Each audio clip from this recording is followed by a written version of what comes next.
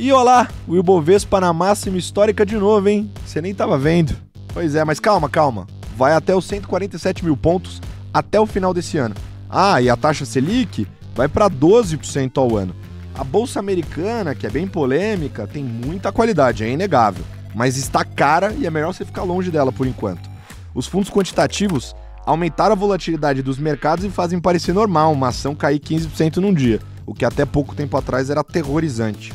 As empresas brasileiras tiveram excelentes resultados nesse trimestre, talvez uma das melhores temporadas das últimas 6, acho que dá para dizer isso. Visões otimistas, mas com cautela. É assim que Fernando Ferreira enxerga o mercado nesse momento. Apelidado carinhosamente de Ferreirinha, ele que é o líder da área de análise da XP e estrategista-chefe também, com mais de 21 anos de experiência de mercado, sendo que praticamente metade disso foi fora do Brasil, entre os dois maiores polos financeiros do mundo, Londres e Nova York. Falamos sobre os detalhes das empresas, sobre como investir daqui para frente, mas também sobre como as mudanças tecnológicas afetam o trabalho do profissional de investimento e como encarar essas mudanças daqui em diante. Conversa muito boa com uma das pessoas que a gente mais admira. Sem mais delongas, Nando Lima, abre a porta da nossa sala que a gente tem visita.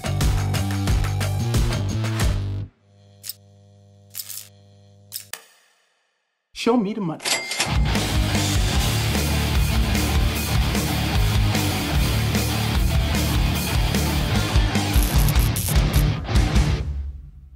Sejam bem-vindos à nossa sala aqui do Stock Pickers. Enfim, vocês já sabem quem é o nosso convidado de hoje, mas eu queria falar umas palavrinhas sobre ele que eu não falei na abertura, porque a gente recentemente recebeu a plaquinha do YouTube, que a gente lutou muito para conquistar, a gente também pegou top 20 no IBEST, que a gente ficou muito feliz, inclusive, mas tem várias figuras que talvez você de casa não saibam que foram muito importantes para a gente ter feito o que a gente fez nesses últimos quase 3 anos aqui no Stock Pickers. E o nosso convidado de hoje, que é carinhosamente chamado pelo mercado de Ferreirinha, ele é uma das mais importantes, literalmente, porque primeiro que ele era meu chefe, e se não fosse por ele eu não teria chego aqui. Ele não só me mentorou muito quando era meu chefe, mas também endossou muito o movimento de vir para cá, que para quem trabalha sabe que é uma situação que sempre é delicado e, cara, foi incrível a minha passagem pra cá. E também, quando a gente assumiu, ele veio ser apresentador rotativo aqui do Stock Pickers, apoiou a gente 100% e o tempo todo, sempre deu ideia e até hoje, inclusive, o Stock Pickers tem comitê interno e tal, e ele é uma das pessoas que senta lá com a gente pra dar ideia, pra saber como é que tá. Então, se a gente tá aqui hoje, é porque Ferreirinha ajudou, então já até aproveitando o momento do nosso patrocinador, tem até presente para você, Ferreirinha. Obrigado. E, cara, te agradecer aí por todo o apoio que você deu. Não tinha forma melhor do que presentear um presente do Shop Together, que é o nosso parceiro aqui nessa temporada. Vocês já viram eles algumas vezes por aqui. A camiseta de presente do Ferreira é da linha Too Essential, que é a marca própria do Shop Together, uma linha básica premium, com os melhores materiais. Algodãozinho Pima. Então, aquele que abraça. Diferenciado. Diferenciadíssimo. Obrigado. E para você de casa, lembrando que o Shop Together é um hub com mais de 450 marcas escolhidas a dedo para você selecionar o seu presente, comprar para você. Em São Paulo a entrega pode chegar inclusive até no mesmo dia, nas demais regiões chega super rápido. Tudo isso com a curadoria do Shop Together, que é excelente. O time lá trabalha dedicado para selecionar as melhores peças, as melhores marcas para você. E para o ouvinte do Stock Pickers tem o descontinho, né? Stock Pickers 15 com 15% de desconto para você garantir o seu presente, a sua peça em casa do Shop Together. Valeu, Shop Together, por estar aqui com a gente. Espero que estejam por muito mais. Valeu! Muito bem. Bom, vamos entrar aqui para a pauta, Ferreirinha, para nossa conversa. Fazia tempo que você não aparecia aqui, hein? Fazia. Tava com saudade? Tava. Acho que a última vez a gente fez uma entrevista, eu e o Thiago Reis, ainda no estúdio. Isso, anterior. Exatamente. Foi no episódio de 5 anos. Exato. E Exatamente. antes disso, como co-apresentador, né? É então, isso. Foi uma passagem bem bacana, né? De sentar aí do lado do apresentador e conseguir ouvir grandes nomes do mercado, conseguir interagir com pessoas muito mais inteligentes que eu, enfim. Então, foi um grande prazer, sou um grande fã do Stock Pickers, como você sabe, desde o episódio 1 até hoje, mesmo. um grande apoiador. E fico muito feliz com o sucesso de vocês, cada vez aí mais batendo audiência e, enfim, trazendo coisas diferentes, querendo mudar o tempo todo, inovar. Então, acho que essa cabeça é muito bacana. Vocês estão de Valeu, parabéns. Ferreira. Agora, você gostou tanto de ser co-apresentador que você tem até podcast agora, né? Exatamente. Queria falar disso, que a turma me perguntou, a galera me pergunta muito, né? O que você recomenda de conteúdo e tal? E o último box que eu abri no meu Instagram, @LucasColazo, eu abri lá e a galera mandou, pô, eu queria que você entrevistasse CEOs. Eu falei, pô, não precisa, já tem o melhor aqui do lado que é o CEO Talks. Queria que você falasse um pouquinho desse podcast. Legal, fazer um jabá rápido Lógico. aqui. Mas a gente achava que era um produto que estava em falta. Verdade. Ou seja, muitos gestores já eram, né, bastante expostos ao investidor pessoa física.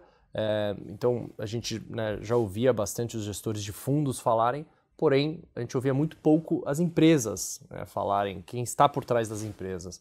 A gente ouve, obviamente, os calls de resultados, enfim, quando as empresas vão para o mercado, né, fazer um update dos seus resultados, mas a gente não ouvia sobre quem são as pessoas que estão por trás dos negócios, como é que eles pensam a estratégia do negócio, fazer uma discussão mais de longo prazo e não tão focada no resultado do trimestre. Então, por isso que a gente criou esse CEO Talks, que tem ido super bem, né? A gente já passou aí de 22, 23 episódios, sempre com empresas listadas, né, na bolsa. Em algum momento, acho que esse universo vai diminuir, a gente vai começar a chamar empresas não listadas, mas por enquanto ainda tem um pipeline aí muito robusto, né, de CEOs que querem vir, querem contar suas histórias e que a gente convida também, que faz sentido para os investidores, né? Então tá bem bacana. E vocês publicam no YouTube? Em todas as plataformas de streaming, chama Expert Talks na mesa com CEOs. Boa. Vou até pedir, Nando, depois coloca na descrição o link pra galera. Então você aí de casa, se quiser conferir, é muito bom o conteúdo, de verdade. Não é porque o Ferreirinha é amigo não, mas é muito bom mesmo e é super complementar, inclusive, as nossas discussões daqui, tá? Então vale a pena escutar. Mas momento muito oportuno de receber o Ferreirinha, porque semana passada a XP desenvolveu um evento muito legal, que foi o CEO Conference, que rolou no Rio de Janeiro. E o Ferreirinha não só esteve no evento todos os dias, mas como também mediou painéis lá, né? E aproveitou, obviamente, para conversar com todo mundo. Então eu queria trazer aqui em primeira mão para nossa audiência, vocês falaram até já no Morning Call, mas o que rolou lá na feira? Assim, quais foram os seus principais destaques, tanto dos painéis quanto das conversas? O que mais chamou sua atenção durante o evento? Ótimo. Bom, acho que primeiro vale explicar o que é esse CEO Conference, Legal, né, mesmo, para quem está escutando a gente. Então, é uma conferência que a gente chama as principais empresas listadas no Brasil. A gente tinha, acho que, se eu não me engano, 82 empresas que participaram, que trazem os seus C-level, os seus diretores, CEOs, CFOs e times de RI, para encontrar com os investidores institucionais. Então, tivemos mais de 400 investidores institucionais participando dessa CEO Conference e tendo as suas reuniões com as empresas, a gente fez alguns painéis também ao redor da conferência e fizemos também uma pesquisa de sentimento com os investidores que estavam lá. Então a gente aproveitou o momento que a gente tem 400 dos principais gestores do Brasil ali congregados nessa conferência e a gente aproveitou para fazer essa pesquisa de sentimento, Colazo. E o que a gente viu, a gente resumiu como os investidores estão cautelosamente otimistas, né? Que é uma frase que se usa bastante, né? Principalmente no sell side, mas acho que ela resume bem um pouco do sentimento médio do investidor institucional, que é a seguinte: por um lado, todo mundo concorda que a Bolsa Brasileira segue barata, que os ativos de maneira geral no Brasil seguem muito descontados e que existe muita oportunidade quando você olha setor a setor, ativo a ativo, você vê que os ativos brasileiros, apesar dessa alta recente, continuam bastante atrativos. E também que o fundamento das empresas está melhorando, né? A gente vai falar, eu imagino, mais para frente, mas a temporada de resultados veio muito boa, as empresas estão mostrando melhoras de rentabilidade, de crescimento, melhora de lucro. Então você tem uma combinação bem favorável, que é a melhora de fundamento com um valuation barato. Então, de maneira geral, a turma está otimista com esse cenário, porém, eu senti duas preocupações que fazem com que o sentimento esteja também cautelosamente otimista. E do lado mais cauteloso, são duas principais preocupações. A primeira delas é uma preocupação mais de curto prazo, que a Bolsa subiu muito rápido, então você teve um rally rápido, né, e forte desde julho até agora, Então, que no curto prazo isso poderia limitar um pouquinho o potencial de valorização, poderia abrir espaço para alguma correção de curto prazo, então uma preocupação menor, mas principalmente por conta de uma necessidade, talvez, do Banco Central ter que voltar a subir juros em breve aqui no Brasil, que era algo que ninguém esperava e agora está virando mais consenso, né? Você já tem mais economistas e gestores esperando uma alta do Banco Central já na próxima reunião de setembro, e que isso poderia jogar um pouco de balde de água fria no cenário de Bolsa Brasil. Como a gente sabe, a Bolsa Brasileira é muito dependente de fluxos, e se os juros de fato voltarem a subir, isso poderia, né, trazer aí um pouco de desânimo no curto prazo. Não é o que a gente tem visto até agora, apesar, né, do mercado já estar precificando essa alta de juros na curva do CDI, o que a gente vê é que a Bolsa tem performado bem mesmo com essa precificação. Agora, vamos ver como a Bolsa performa. Então eu senti que essas foram as duas principais preocupações. O tamanho do rally, quão forte a Bolsa subiu, e também num cenário que o Banco Central pode ser que tenha que jogar aí um pouco de água no chope dos investidores, né? E bom, CEO Conference, né? Do lado das lideranças das empresas mesmo, o que você acha que rolou ali que te chamou a atenção? Olha, acho que vários temas importantes, né? Um tema importante que a gente discutiu com os CEOs é como está a economia brasileira, porque a gente fala muito com os economistas, a gente vê os dados que são publicados, mas a verdade é que são as empresas que movimentam, na ponta, né? Exato, a economia brasileira. Então, era uma pergunta que eu sempre fazia para os CEOs, como eles estão vendo na ponta a economia brasileira. E me chamou muita atenção que todos os CEOs estão falando, independente do setor quase, óbvio, alguns setores mais fortes, outros mais fracos, mas falando sobre a força da atividade econômica no Brasil. Que a economia segue forte, segue pujante, com muita disparidade, é verdade, mas que eles continuam vendo, principalmente do lado de consumo e de atividade econômica, uma atividade muito robusta. Então, você vê isso no setor imobiliário, setor de shoppings, setor de varejo, enfim. Então, as empresas estavam falando sobre isso. Só que essa atividade econômica forte, com uma taxa de desemprego muito baixa, traz de volta uma preocupação com a inflação. Então, eu senti dos empresários uma preocupação, sim, em relação ao cenário inflacionário, de que se a economia, né, não desacelerasse, que esse cenário inflacionário poderia voltar a piorar. Que é um pouco disso que os economistas estão discutindo hoje em dia, né? Mas eu fiquei surpreso que, de fato, isso está, né, bastante no radar dos CEOs, o fato de que a economia está forte e que isso poderia ter algum spillover ali, algum efeito na inflação, né, no curto e médio prazo. Agora, você puxou o gancho aí da temporada de resultados, né? A gente tá no meio de mais uma das várias que você viu na vida. E, enfim, não acabou ainda, mas boa parte dos resultados já foram, muita empresa relevante já reportou. E eu queria trazer essa discussão para cá, a gente fazer um deep dive, se aprofundar no que rolou até agora, assim. Como você é líder da área de análise, né? E, enfim, o time é bem capilar da XP, vocês olham bastante ativo no detalhe. O que te chamou a atenção nessa temporada de resultados? Porque eu escutei muita coisa positiva já antecipando, né? Dizendo que os resultados vieram bem, que surpreenderam, muitos setores surpreenderam. Mas eu queria ouvir de você, assim, o que te chamou a atenção nessa temporada até aqui? Não, perfeito. A gente, de fato, viu uma temporada de resultados muito boa, né? Tô até olhando os números aqui que a gente faz o compilado. E das empresas que reportaram, 44% delas bateram a expectativa de lucro, de receita que os nossos analistas tinham, 38% bateu a expectativa de EBITDA, né, que é o lucro operacional, e quase 50% das empresas superaram a expectativa de lucro líquido. Então, de fato, foi a melhor temporada, eu diria, das últimas 5, 6 temporadas de resultados. A gente viu mesmo uma inflexão de números bem interessante. De principais destaques, em relação a setores, a gente viu resultados muito bons do setor elétrico, das construtoras, o setor agro também muito forte e, por incrível que pareça, até o setor de varejo. Então, o setor de varejo, vimos aí 60% das companhias batendo expectativa de EBITDA e de lucro líquido.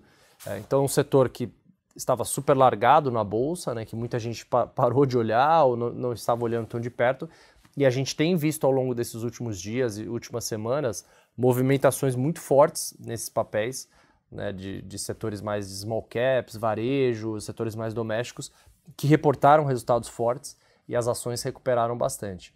Então, esse é o agregado geral. Agora, quando a gente olha nome a nome, tem alguns setores também que chamaram muita atenção, que não está num agregado tão grande.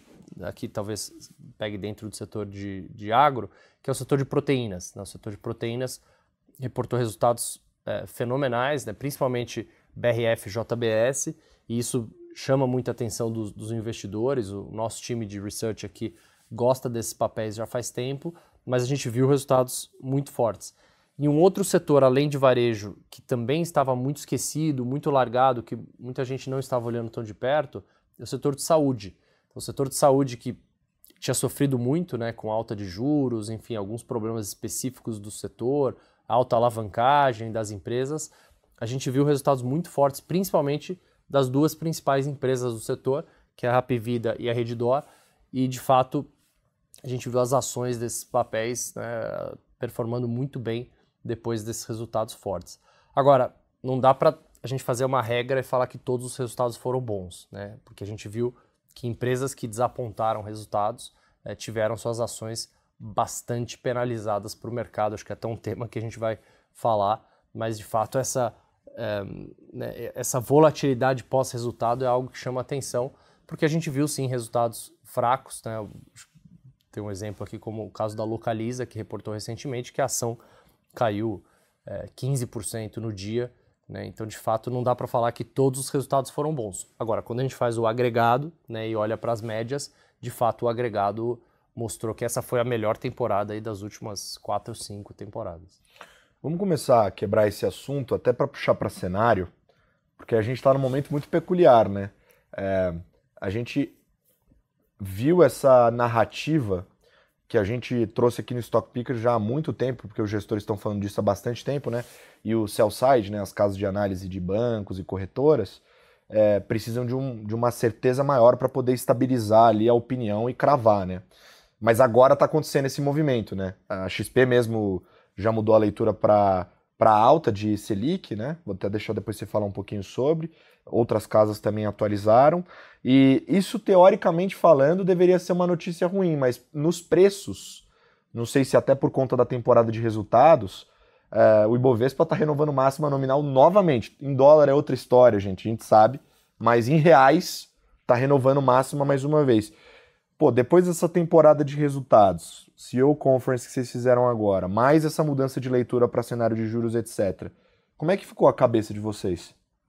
A gente continua animado com a Bolsa, porque quando a gente olha no micro, a gente vê muita oportunidade, a gente vê muita empresa que está gerando muito caixa, está com margem recorde, está voltando a crescer, está pagando dividendos e continua com um valuation na Bolsa super depreciado. Então a gente continua otimista, a gente tem uma projeção para o Ibovespa de 147 mil pontos para o final desse ano. Uhum. Agora, é óbvio que subir juros nunca é bom para a Bolsa, né? Então, dizer que os juros vai subir, isso vai ser bom para a Bolsa, acho que é um certo exagero, né, nessa afirmação.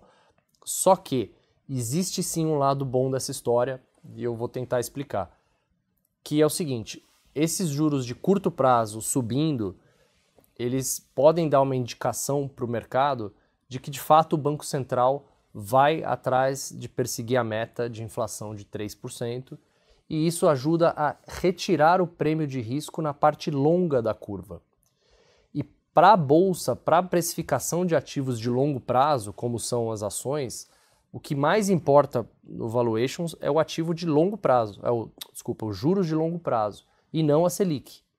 E o movimento que a gente está vendo na curva de juros é um movimento de alta nos vencimentos curtos, que estão precificando esse cenário de alta de juros nas próximas reuniões do Copom, porém a parte longa da curva está cedendo bastante. Então a gente pode olhar pelo juro nominal de longo prazo, que estava acima de 12%, 12,5%, e já caiu para baixo de 12%, né, 11 alguma coisa. Só que a gente pode olhar também para o juro real, as NTNBs, né, que muita gente adora olhar, IPCA mais 6, esquece a Bolsa. As NTNBs longas, no final de junho, começo de julho, elas bateram quase 6,8%. Muita gente achava que elas iam passar de IPCA mais 7. Agora, elas baixaram para baixo de 6, já estão em 5,90, 5,90 e alguma coisa.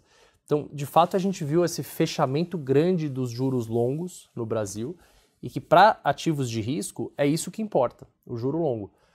Agora, é óbvio que se você subir os juros de curto prazo, subir a Selic, isso pode impactar, sim, fluxos para a Bolsa. Então, aquele investidor que estava pensando em aumentar a renda variável, talvez ele vai esperar um pouco, talvez ele vai continuar aplicando na renda fixa, porque existe um cenário de alta de taxa de juros no curto prazo.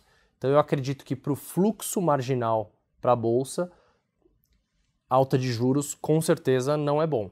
Agora, para o valuation da Bolsa, o que importa mais é os juros de longo prazo, e esses juros têm caído bastante.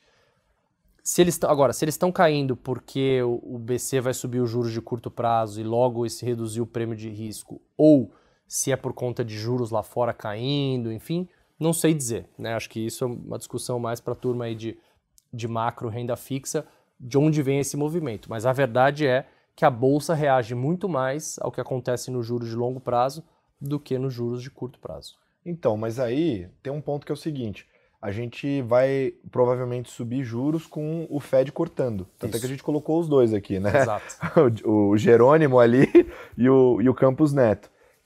Que isso, inclusive, no Twitter lá, galera, você que usa bastante também, a galera ficou mega ressabiada, rolou hate no meu tweet lá falando que subir juros com o Fed cortando, esquece. A gente já mostrou aqui no Stock Pickers que isso já aconteceu várias vezes no passado, porque o ciclo de política monetária no Brasil é mais curto do que o lá fora. A gente tem mais ciclos e já aconteceu da gente subir juro com o Fed cortando. Só que tem uma derivada disso daí, que primeiro, as treasuries, os títulos públicos americanos, estão pagando muito.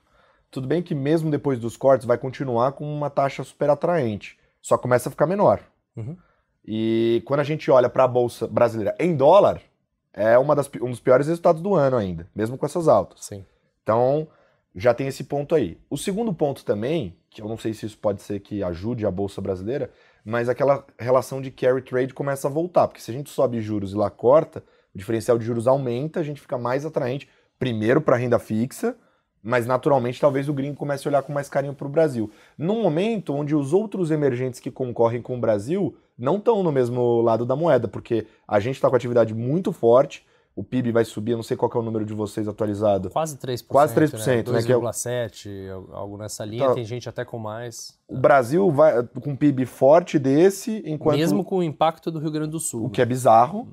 E quando você olha para os outros emergentes, muitos emergentes, inclusive, com ciclo de corte também de juros, né? Exato.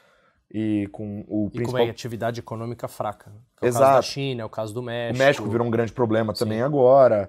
E aí, será que isso aí não é bom para o fluxo estrangeiro para o Brasil? Você fala com o gringo também, né? O que você está vendo nesse sentido? Sem dúvida, Colasso. Pensando do ponto de vista, principalmente do Fed, se o Fed começa a cortar juros, naturalmente a atratividade de mercados emergentes ela aumenta. Além disso, a gente vai ter a volatilidade inerente às eleições americanas. As pesquisas mostram que as eleições, nesse momento, ela está empatada, mas naturalmente você tem uma volatilidade maior nesse período de eleição americana. Então tem muito dinheiro investido, trilhões e trilhões de dólares investido nos ativos americanos, tanto é que no dia desse desmonte de carry trade, nessa segunda-feira fatídica, né, que tivemos algumas semanas atrás, Sim. Os ativos que mais caíram eram os ativos que todo mundo tinha na carteira, que é o quê? Tech americana e cripto. O Brasil não aconteceu nada. Se olhar a China, não aconteceu nada. Por quê? Ninguém tem. Exato. Então, o que caíram foram os ativos que todo mundo tem e que foram obrigados a vender, né, rapidamente, porque o movimento de juros e moeda estava indo contra esse trade e ele passou a não fazer mais sentido quando o Banco Central japonês passou a subir juros. E o Brasil passou quase que incólume a esse episódio, a não ser na moeda. Então, na moeda, de fato, o carry trade ele é bastante interessante e vai ficar ainda mais interessante num cenário que os juros caem lá fora e sobem aqui no Brasil. Então, né, esse trade de você tomar emprestado em outra moeda com juros menores e investir né, na renda fixa de um país com juros altos, ele passa a fazer mais sentido, principalmente se o investidor tem uma confiança que aquela moeda não vai desvalorizar muito rápido, né? Porque quando você faz esse trade, você não pode hedgear, porque se você hedgear, vai embora toda a perspectiva de ganho. Você precisa ficar aplicado na renda fixa local sem o hedge cambial. Por isso que quando as moedas começam a andar para o lado contrário, você tem que desfazer muito rápido dessas posições, porque senão o seu retorno vai embora, né? Então, esses movimentos acabam sendo muito fortes. Então, para moeda, eu concordo com você que o carry trade ele volta a ficar ainda mais interessante. Tanto é que o câmbio voltou a apreciar muito rápido, né? A gente viu o câmbio subindo rapidamente e voltando muito rápido também para baixo de 5,40, porque o mercado já começou a precificar esse cenário de que a gente vai ter essa divergência de política monetária no Brasil e nos Estados Unidos. E eu também concordo com você que isso já aconteceu no passado. No passado recente, a gente teve o episódio de 2002, 2008 e 2017, onde o Banco Central americano ou estava subindo ou baixando juros e a gente indo na ponta oposta. Porque no final do dia, o Banco Central brasileiro ele tem uma meta a perseguir, que é a meta de inflação doméstica, né? Ele tem que perseguir a meta de inflação local. A atividade econômica não entra, né, na consideração do Banco Central, ele entra como uma consequência, como aquilo vai impactar a inflação. Mas diferente do Fed, que tem um mandato duplo de olhar para atividade econômica e inflação, no Brasil o nosso Banco Central mira só a inflação. E esse cenário que a gente traçou, de atividade econômica muito forte, de desemprego muito baixo, ele acaba batendo na inflação, não tem jeito, e por isso que o nosso Banco Central aqui provavelmente vai reagir com essa alta de juros no curto prazo. Então, acho que tentando resumir tudo isso que eu falei, de fato, o Fed cortando juros tende a ser positivo para mercados emergentes, tem muito dinheiro investido em ativos americanos, em tech americano, em cripto, enfim, vários ativos que performaram muito bem, né, nos últimos anos. E uma queda de juros lá com uma volatilidade maior no mercado americano, no mercado global, pode sim fazer com que a atratividade de mercados emergentes aumente e o Brasil segue sendo uma das opções mais interessantes.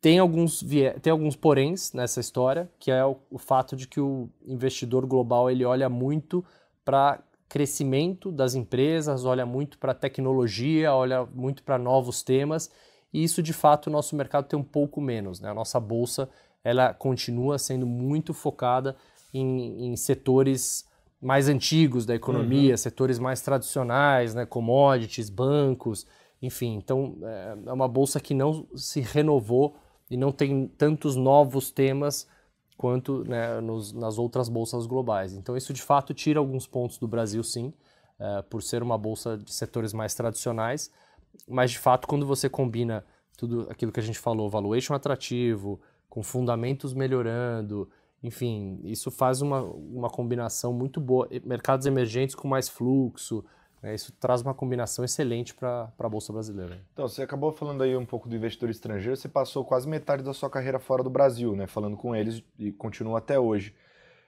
O que eles de fato olham, assim?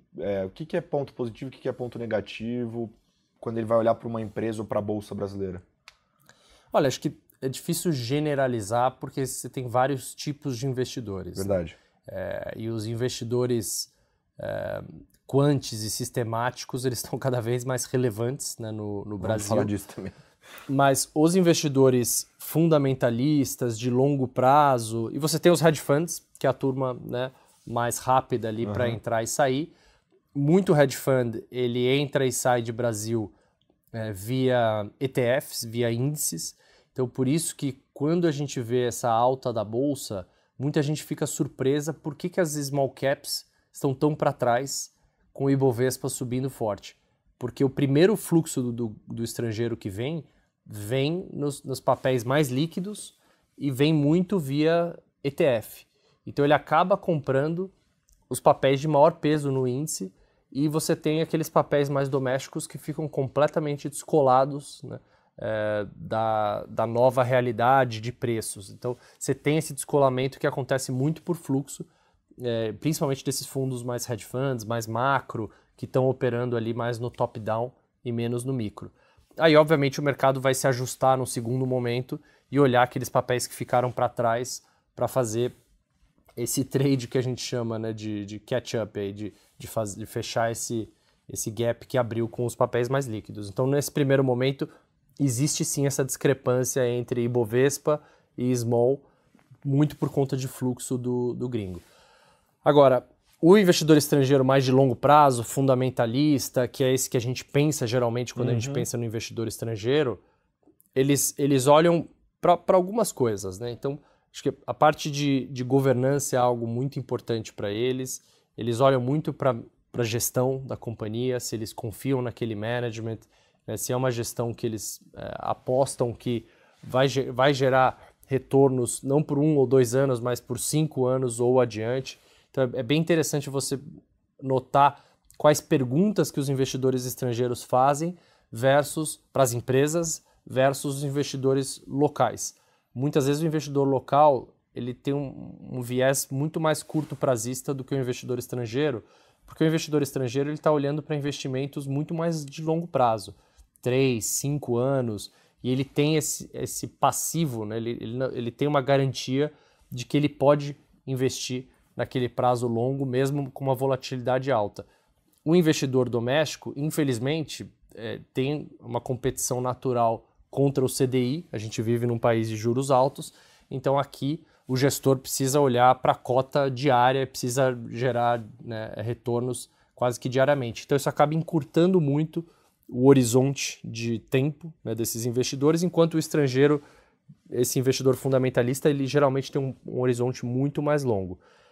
Agora, muito dessa turma olha para crescimento, que foi aquilo que eu falei um pouquinho da contrapartida do porquê que o Brasil às vezes não está no topo da lista do investidor global, é porque eles olham muito para disrupção, novos temas, tecnologia, crescimento, que são temas que outros mercados emergentes entregam mais que o Brasil, como por exemplo a Índia, por exemplo o México, com toda a história de nearshoring, até pouco tempo atrás, sim, agora está mudando, mas sim, até pouco tempo atrás o México era um grande queridinho, né, dos investidores globais, e até os outros mercados na Ásia, né, como Taiwan, a própria China, a Coreia do Sul, que tem várias empresas de tecnologia listadas, né, nas bolsas por lá. São bolsas muito focadas em tech, e como o investidor global estava muito focado nesse tema, o Brasil acabou ficando um pouco para trás, né, em relação a essas novas tendências de mercados emergentes. Então,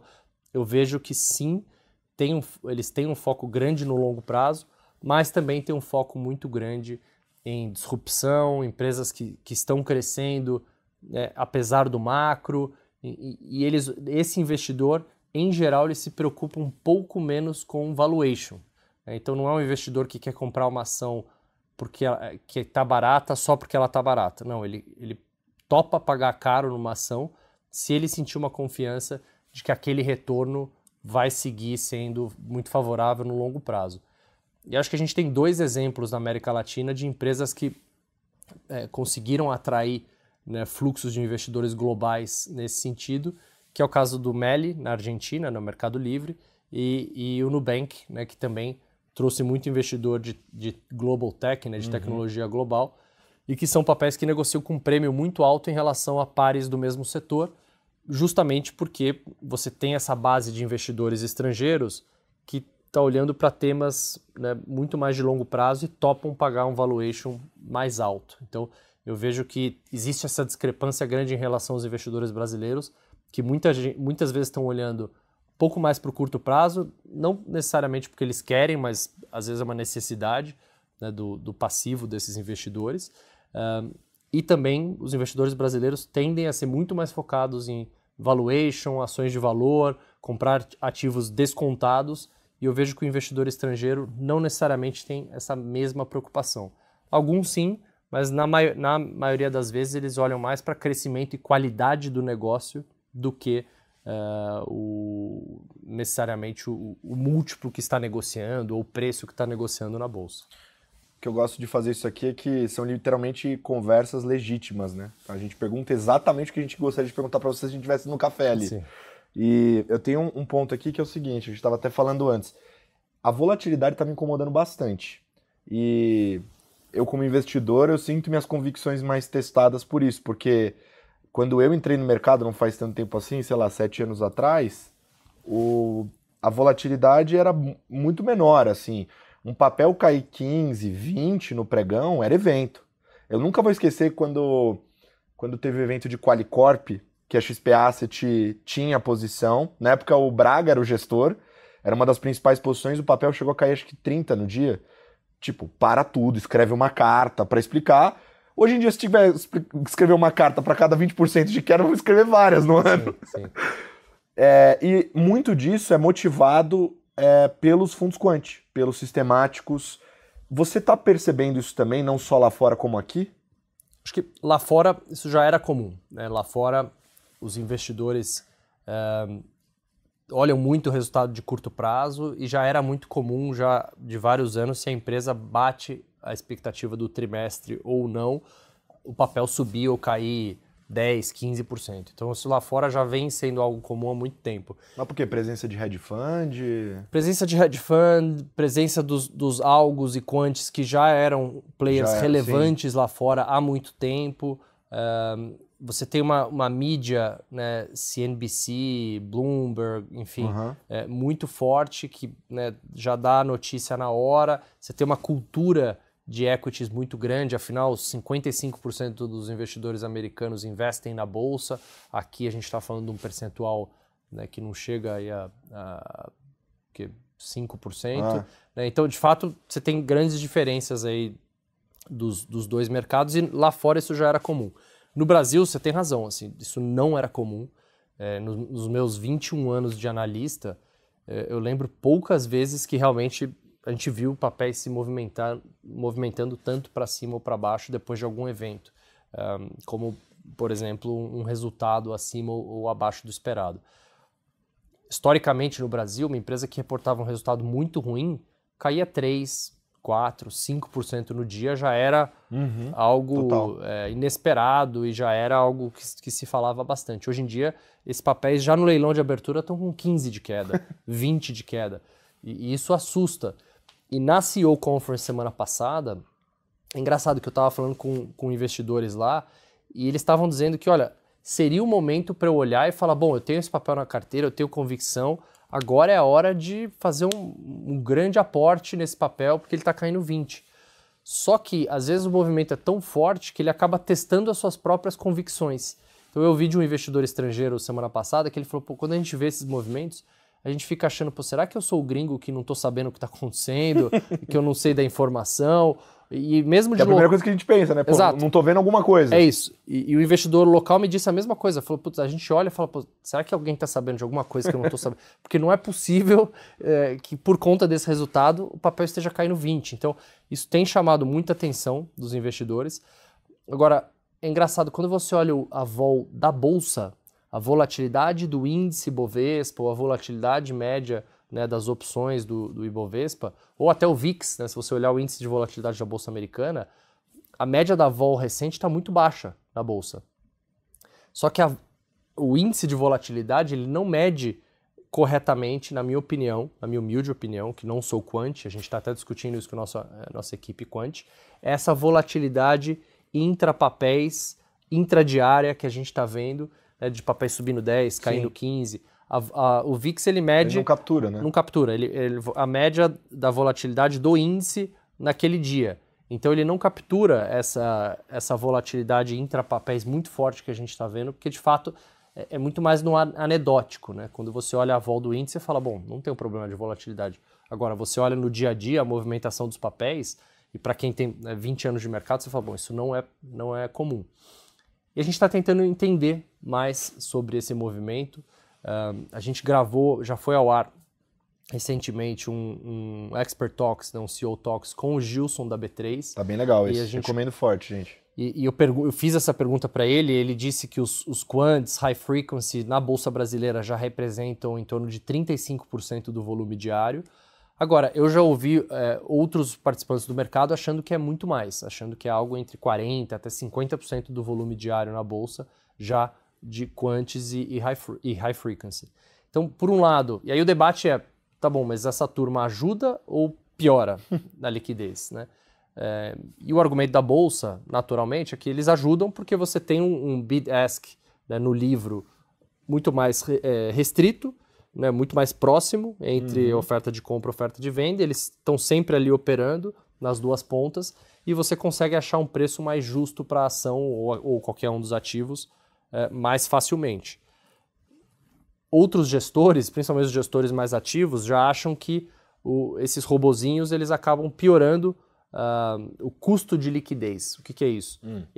Quando você coloca uma grande ordem de compra, uma grande ordem de venda nos livros, os robozinhos acabam mexendo o preço, né, na outra ponta, porque eles veem que tem uma ordem grande de compra e saem comprando o papel para cima, e depois te vendem alguns centavos para cima. Então, tem muita gente que acha que eles não ajudam na liquidez porque não é uma liquidez efetiva, não é que você tem grandes ordens de compra e venda dos dois lados, são pequenas quantidades e ele está sempre ali operando, em geral, contra você, né, na outra ponta. Então, essa discussão está muito forte no mercado hoje, acho que é um tema que a gente discutiu com vários investidores na CEO Conference, porque, de fato, é uma novidade no mercado brasileiro.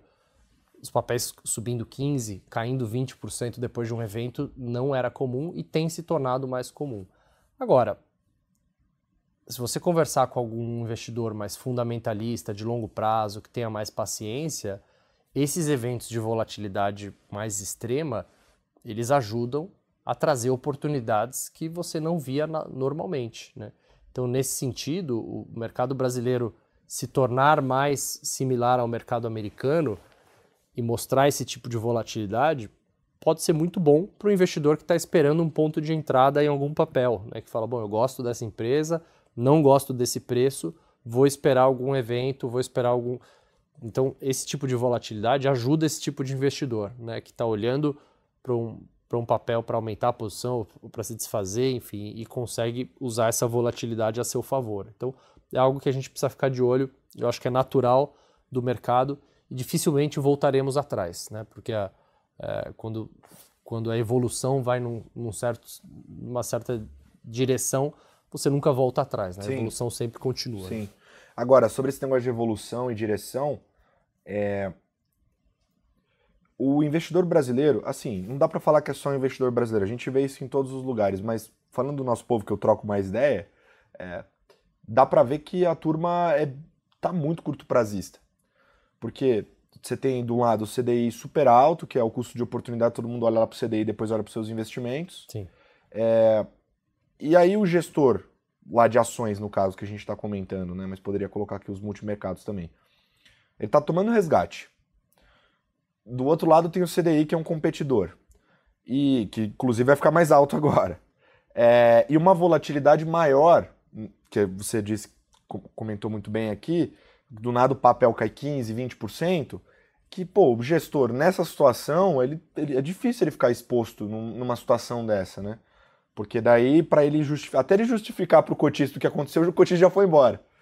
Você sente que o mercado como um todo tá ficando mais curto prazista para se adaptar a esse movimento que os quants estão empurrando todo mundo?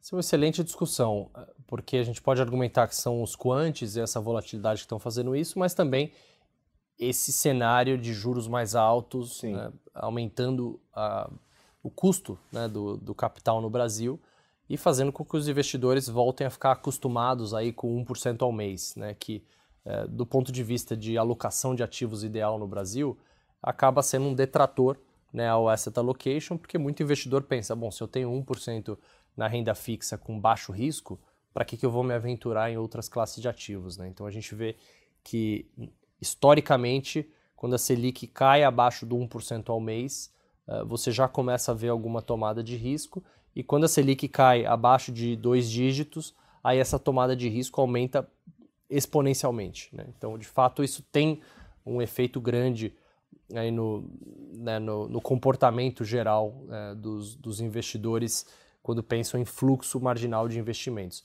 Agora, para os gestores, que é a tua pergunta, eu concordo, eu tenho visto sim esse movimento dos investidores, dos gestores na média se tornarem mais curto-prazistas, mas, como eu falei, às vezes é muito por necessidade e menos por vontade. Isso. Justamente porque eles estão tendo que defender as suas cotas diárias de performance e isso acaba gerando um movimento, uma tendência natural de encurtar os horizontes. Então, ao invés de você estar olhando para os próximos 3 anos, você vai olhar para os próximos 3 meses ou 3 semanas.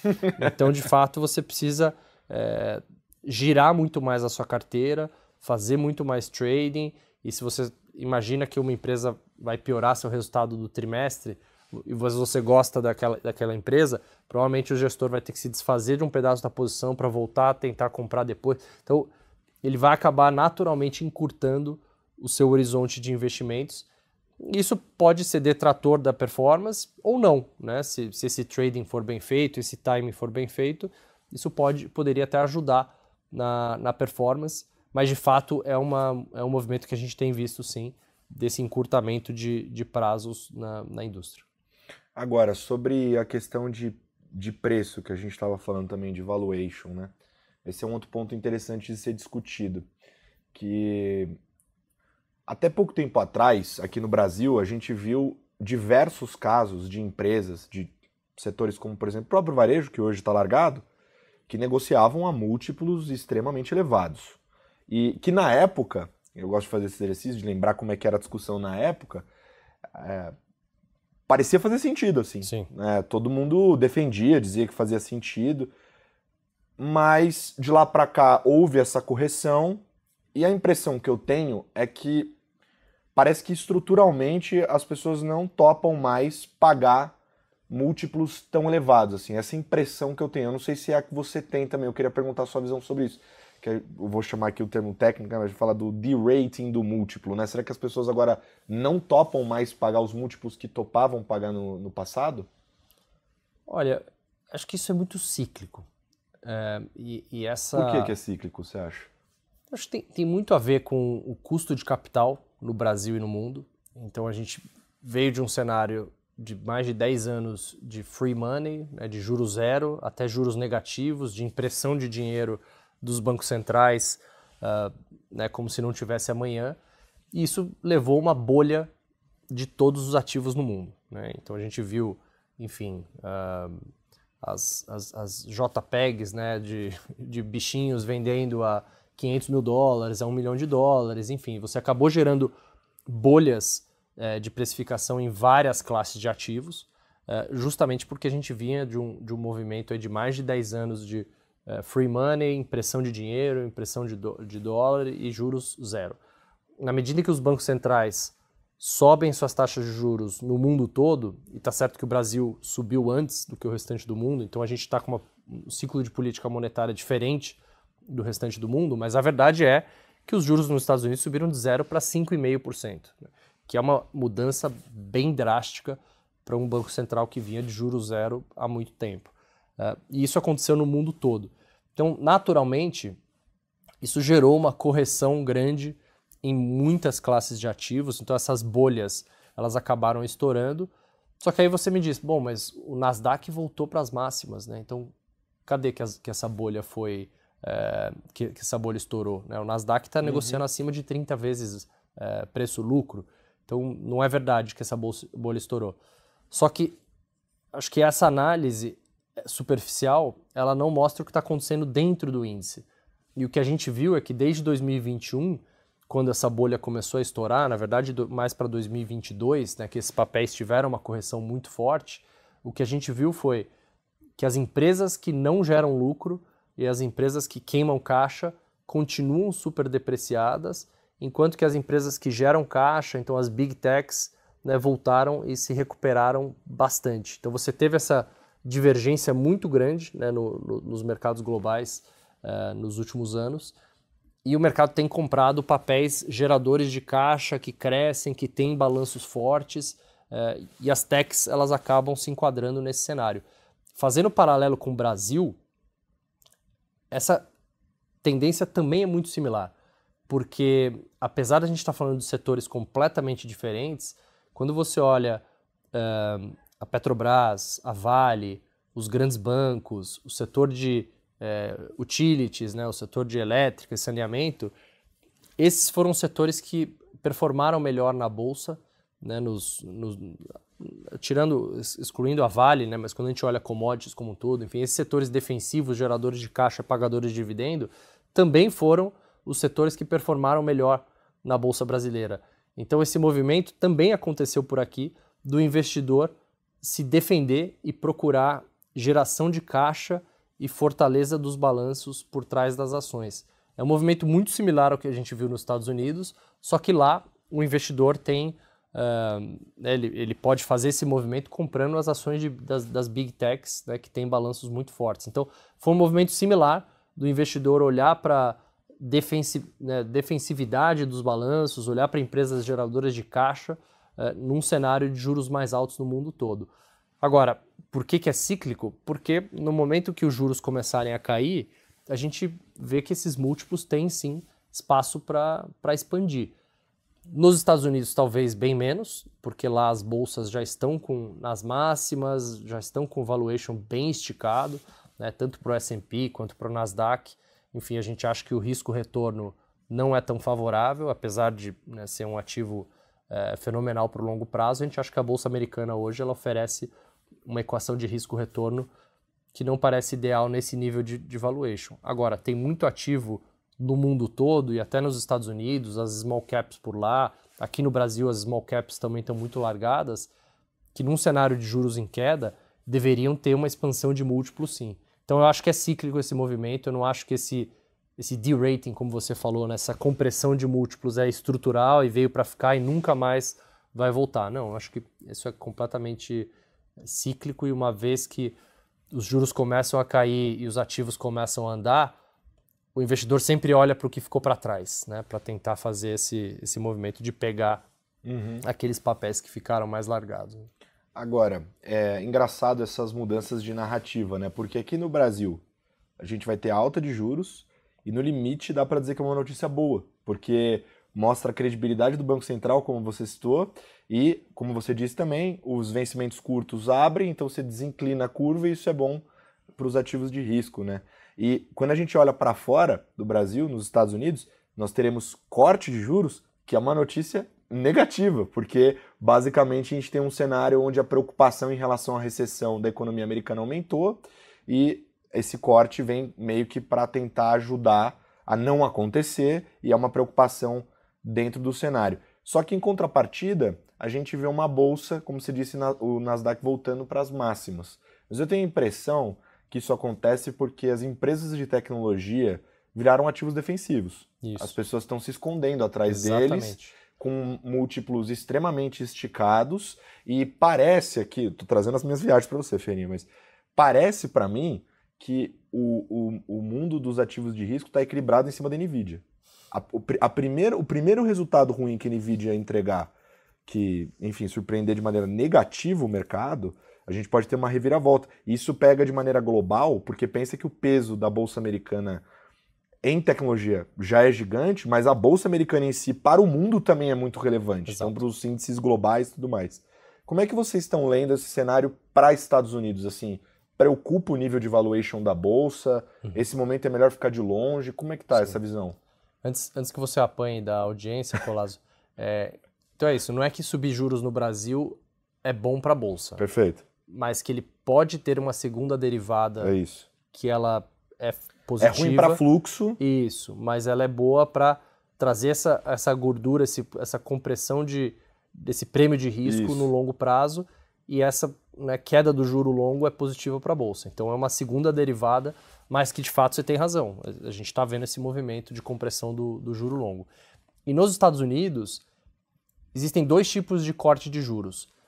E a Goldman Sachs fez um gráfico bem interessante que eles mostram isso, que você tem o corte bom e o corte ruim de juros.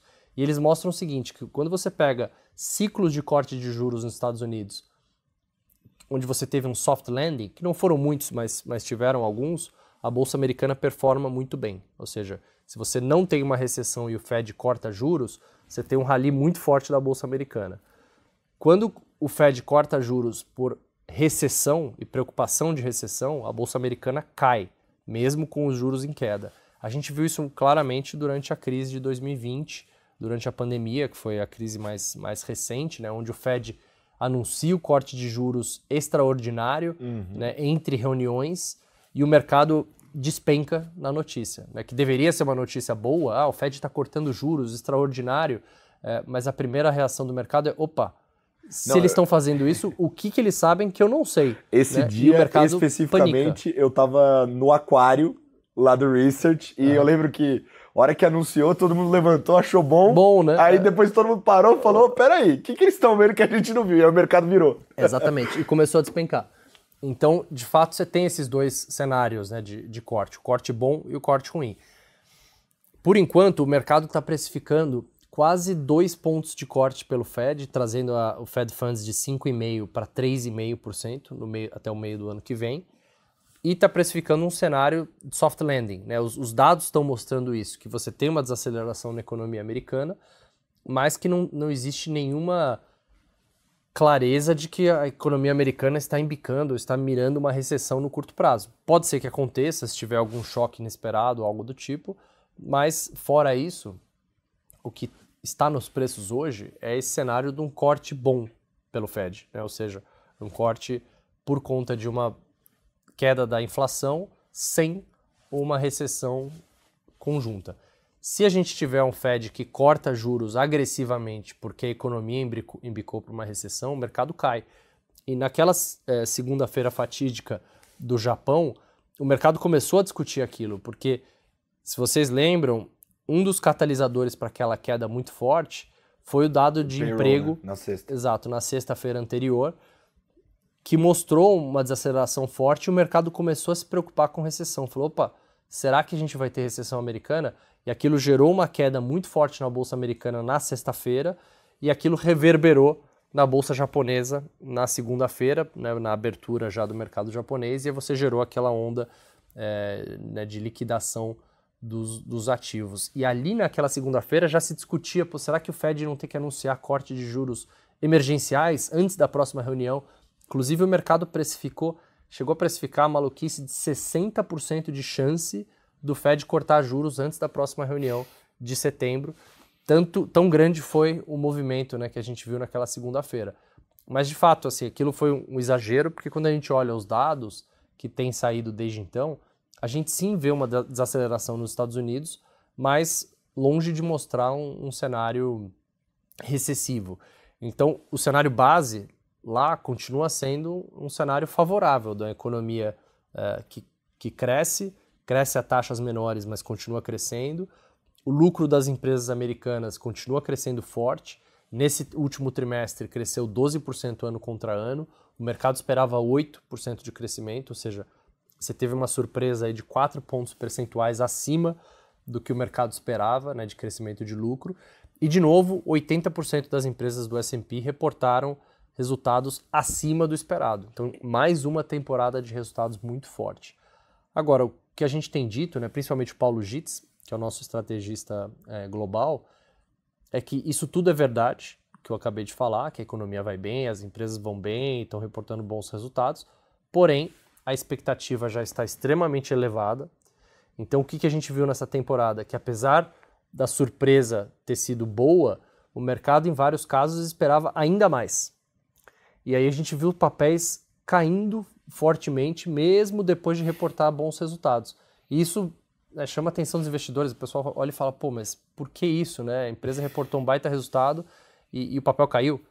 Porque o mercado ele é movido a expectativas. Né? Então não adianta só um bom resultado. Se o mercado esperava ainda mais, a reação é negativa. Eu dou um exemplo aqui da Microsoft. Né? A Microsoft reportou um resultado bom, acima do que o mercado esperava, e o crescimento do Azure, né, da parte de cloud da Microsoft, veio 1% abaixo do esperado. O mercado esperava, se eu não me engano, tá, posso errar aqui nos números, mas o mercado esperava coisa de 30% de crescimento, veio 29% de crescimento ano contra ano. Que já é muito bom. O papel caiu 6%.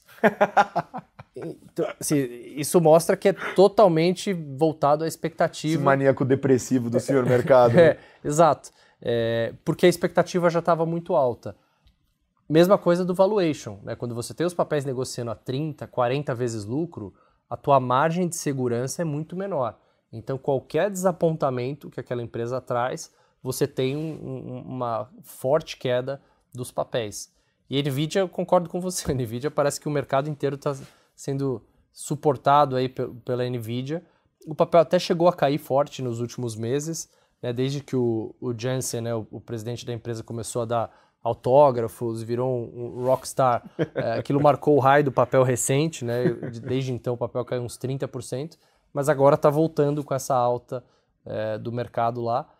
De fato, assim, é uma empresa fenomenal, né? O crescimento da NVIDIA é algo espetacular. Em 18 meses eles mais do que triplicaram os lucros, então o múltiplo até caiu, o múltiplo de PL da NVIDIA até baixou, porque eles cresceram o lucro mais do que a ação subiu, né? O que é incrível, né? Para um papel que subiu aí quase 200% em um ano, o lucro subiu ainda mais, né? Então o PL caiu.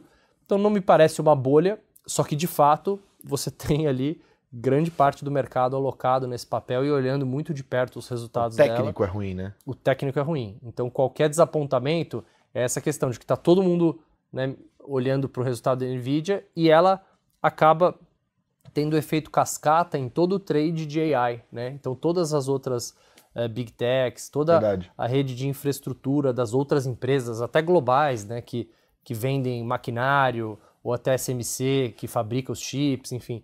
Isso acaba tendo efeitos cascata em vários outros, né, setores, vários outros papéis do mundo inteiro.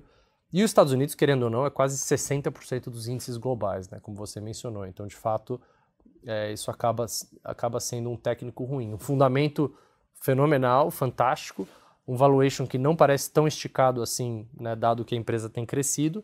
Agora, o primeiro desapontamento em crescimento que a empresa mostrar quando ela mostrar... Como aconteceu com a Microsoft. Como aconteceu com a Microsoft, a gente pode ver um movimento forte de preço, sim. Por isso que a gente volta na questão de que a Bolsa Americana é um excelente ativo para o longo prazo. Historicamente, nos últimos 100 anos, nenhum outro ativo, né, teve uma performance tão consistente ao longo do tempo. 10% de retorno anualizado em dólares desde 1905, se eu não me engano, 1910. Porém, no curto prazo, a gente acha o risco-retorno não tão favorável nesses níveis de preço.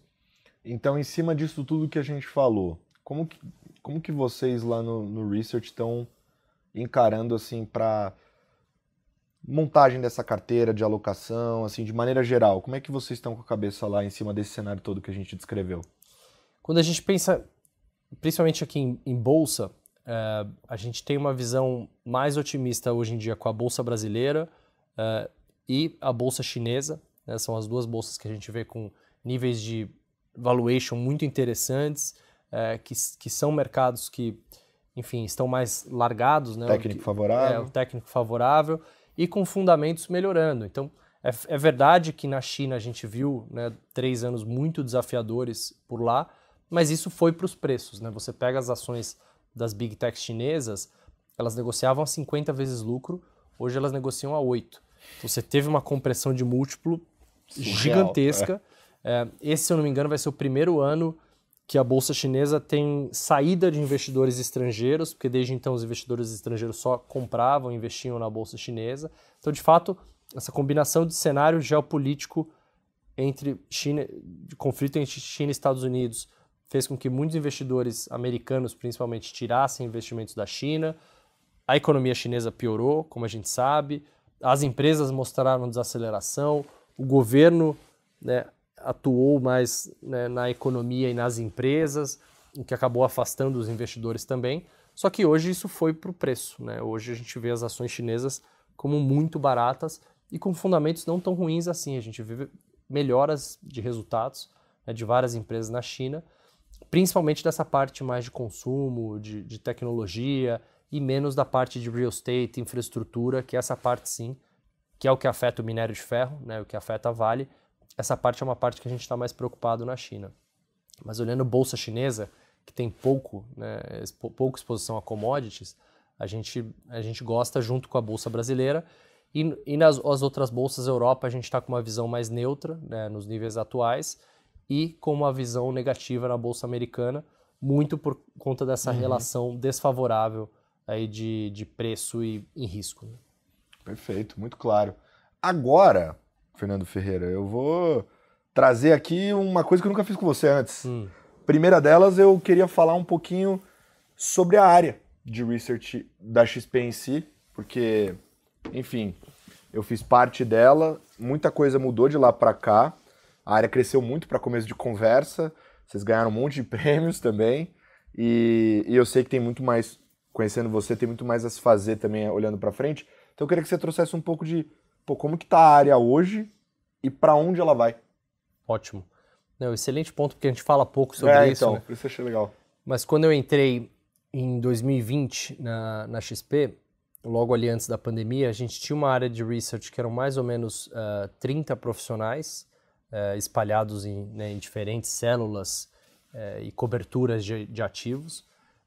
E era uma área que tinha vindo de 2, 3 profissionais antes. Né? Então, quando o Karel veio para a XP 2 anos antes, ele teve essa missão de montar uma área de research, e depois que ele assumiu outras áreas na XP, eu vim para assumir o research em 2020, com esse mandato de expandir a área, crescer a cobertura de ativos e também ter um time aí que seja equivalente a qualquer outro banco, a qualquer outra casa de análise. Então, ter um time de ponta fazendo a cobertura desses ativos. Então, a minha missão ali foi montar essa equipe com um desafio interessante, porque quando eu vim do mundo institucional, né, eu tinha 17 anos de carreira num banco estrangeiro, até então a gente só falava com investidores institucionais.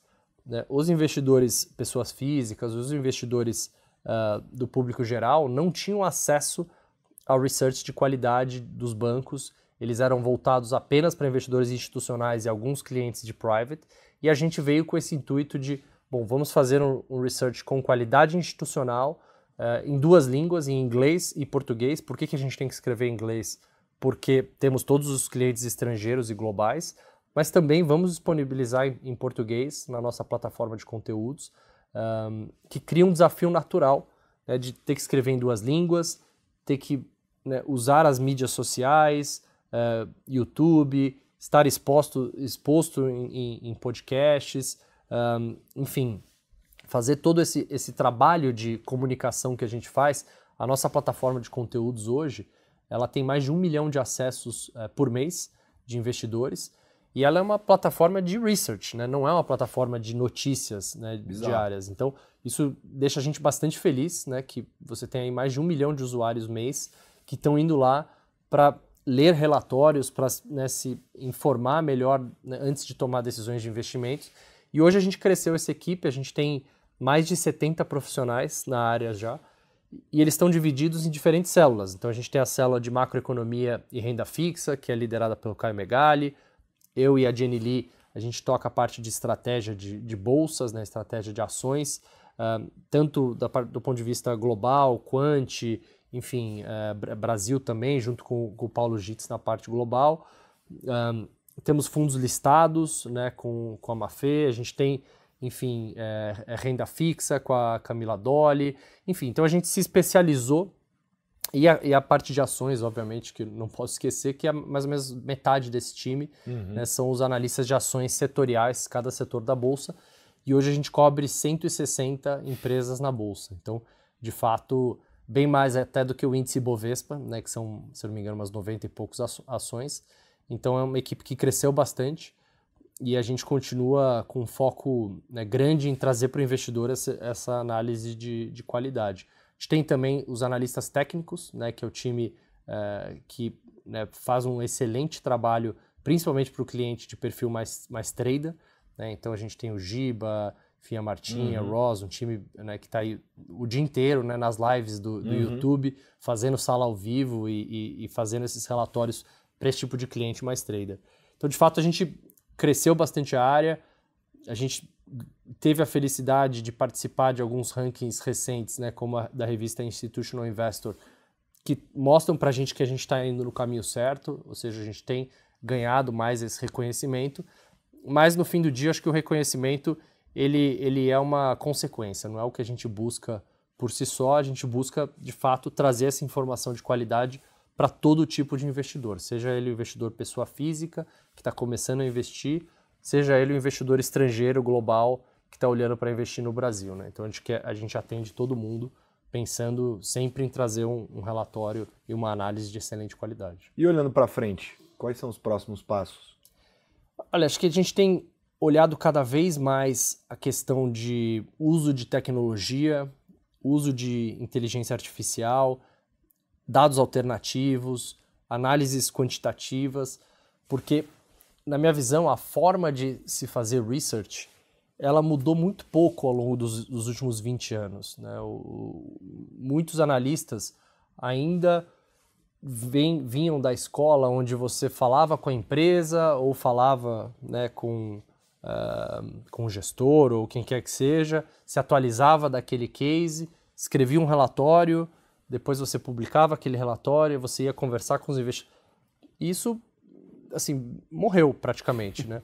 Isso ficou muito antiquado, porque os dados hoje, né, a quantidade de informações disponíveis hoje, fazem com que você não precise ligar para o RI de uma empresa para perguntar como é que está a estratégia de preços de vocês. Você consegue ver, né, com robozinhos, enfim, com dados alternativos, claramente como os preços, né, de alguns setores, obviamente, mas aqui eu estou dando um exemplo, né, por exemplo, do setor de varejo, como que os preços daquela empresa têm se movimentado, enfim. Então, esse uso dos dados alternativos, acho que é algo que veio para ficar e veio para, né, mudar a forma de se fazer research. Inteligência artificial, a mesma coisa. Eu ia perguntar sobre isso. Porque quando você começou a carreira, não tinha nada disso. Não tinha... Até essa parte de rede social, o jeito que a gente se comunica, isso é recente também. Porque quando eu entrei, não tinha... O Stock Pickers, por exemplo, foi um dos primeiros, não foi o primeiro podcast do mercado. Exato. Não existia. Sim. Né? E hoje em dia tem podcast, videocast, tem, todas as redes sociais, inteligência artificial. Como é que tá esse desafio, assim, de trafegar como analista com tudo isso? É um desafio porque nós, analistas, a gente responde perante a CVM, perante a APMEC, você tem né, a regulação do que você pode ou não pode fazer, de como você faz uma análise. Sempre tem que ser uma análise trazendo todos os ângulos, né, o lado positivo, o lado negativo, os riscos daquela tese. Tem que ser uma análise em linha com o que você vem escrevendo, então não dá para eu escrever uma coisa e falar outra para o meu cliente, você está burlando as regras, enfim. E o que a gente vê, como o mercado cresceu muito e o nível de informação disseminou bastante, que os analistas eles acabam, enfim, tendo uma certa desvantagem em alguns sentidos em relação a outras pessoas que saem dando opinião, né? E não são gestores, porque se é um gestor, tudo bem, né, tá na função dele, sobre ativos listados e que muitas vezes os analistas não podem, né? O analista tem que escrever um relatório, fazer uma análise que seja, né, super bem balanceada, enfim. Então você tem toda essa parte da regulação que eu acho que é algo que, enfim, acaba, né, não restringindo os analistas, mas, enfim, contra outras fontes de informação. Muita gente, às vezes, não entende essa diferença, né? Que o analista, muitas vezes, não pode investir naqueles ativos que ele está recomendando, né? Por conta de regras de compliance, regras, né, regulatórias, enfim. Então, isso acaba fazendo com que esse mundo novo, né, traga esse desafio natural para os analistas. Agora, por outro lado, isso ampliou a nossa voz e o nosso alcance para milhões de acessos mensais. Exato, de investidores. Então, isso é fenomenal, né? Porque antes, até por isso que foi um dos motivos pelo que eu decidi mudar de carreira, sair de um banco estrangeiro, é porque, enfim, às vezes você olha e fala, pô, mas será que todo esse esforço que eu estou fazendo, né, tá impactando a vida de alguém? Porque, na verdade, eu estou falando com um gestor que pode ou não seguir minha recomendação, que pode concordar comigo ou não. Então, você fica aquela crise de confiança até no momento.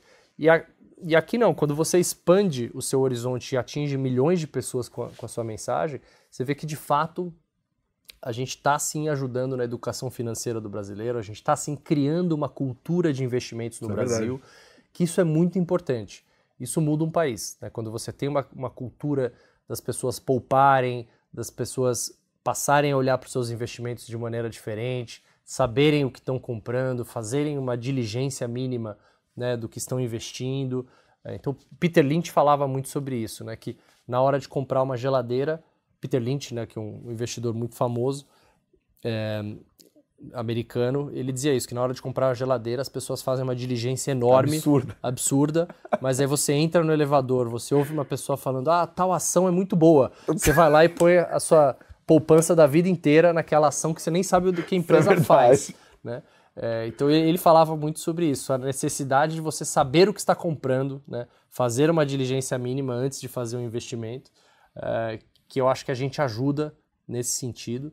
Obviamente, os analistas não vão acertar sempre, claro. A gente vai errar, como também vão ter vários acertos, mas ajudar o investidor a pensar, ajudar o investidor a ter ideias diferentes, ajudar o investidor a formar, né, as suas teses e uma melhor carteira de investimentos, é algo que deixa a gente, né, bastante feliz com esse trabalho que é novo. Concordo com você, veio de alguns anos para cá, dessa cultura do investimento que a gente está conseguindo criar aqui no Brasil. O próprio regulador está se adaptando, que eu lembro que...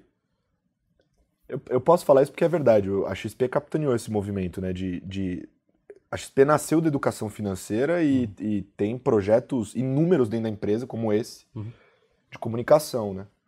Mas eu lembro do regulador ter que atualizar porque a gente, né, estava puxando movimentos de comunicação, o mundo estava mudando e o regulador ele vem depois, né? Ele regula depois. Sim. Então realmente tem esse desafio que é bem interessante, mas esse ponto da inteligência artificial eu queria debater, porque quando ele surgiu, eu lembro que eu participava de comitê de investimento e a galera entrava para falar, analistas, usem para ajudar nisso aqui, mas tomem cuidado, porque tem que dar o double check para ver se o dado está certo, etc. Como é que está isso lá? Assim? Como é que você enxerga a inteligência artificial mudando a profissão do analista?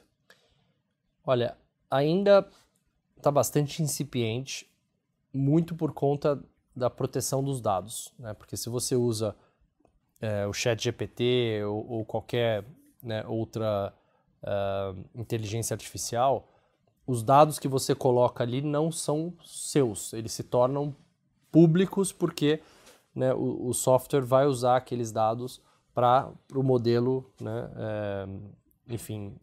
melhorar, né, dali adiante. Então, isso tem um problema claro aqui dos dados que são confidenciais, porque até o analista publicar um relatório, imagina que você está mudando o rating de alguma empresa.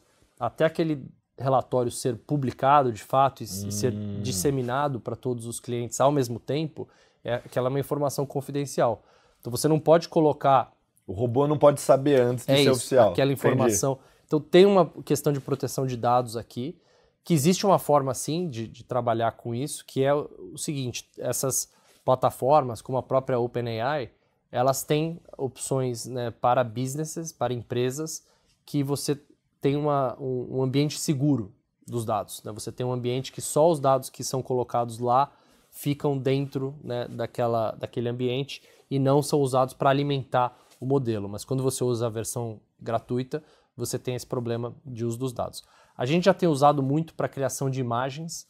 Então, criação de imagens, quando você cria uma imagem em AI, aquela imagem passa a ser sua, né? O copyright é seu, porque de fato é uma imagem nova, né, que não é uma cópia. E é muito melhor do que você entrar num site, baixar uma imagem que você não sabe o direito de uso, enfim. Então, para imagem a gente tem usado bastante.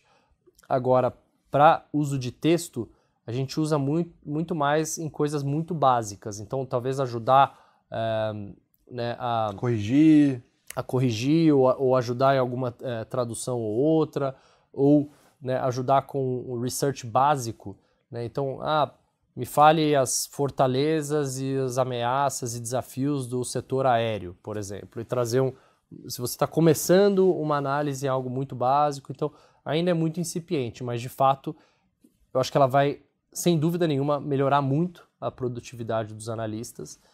E aí tem muita gente que fala, os analistas vão desaparecer, né, com a inteligência artificial.